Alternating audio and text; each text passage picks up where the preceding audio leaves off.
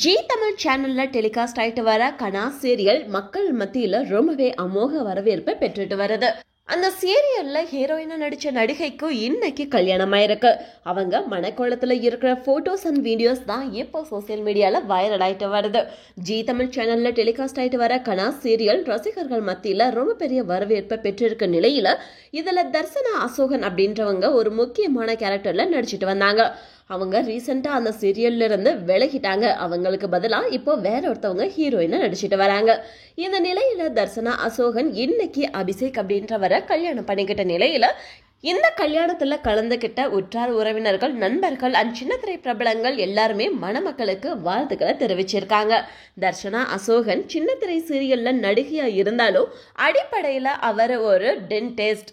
இந்த நிலையில அவங்க கல்யாணம் பண்ணியிருக்கிற அபிஷேக் அப்படின்றவரும் அவரும் ஒரு பல் மருத்துவர் தான். இவங்க ரெண்டு பேரும் சேர்ந்து கல்யாணத்துக்கு பிறகு ஒரு கிளினிக் ஒன்று ஓபன் பண்ண போறாங்களாம். ஸோ தர்சனா அசோகன் மறுபடியும் நடிக்க வர வாய்ப்பே இல்லை அப்படின்னு சொல்லப்படுது.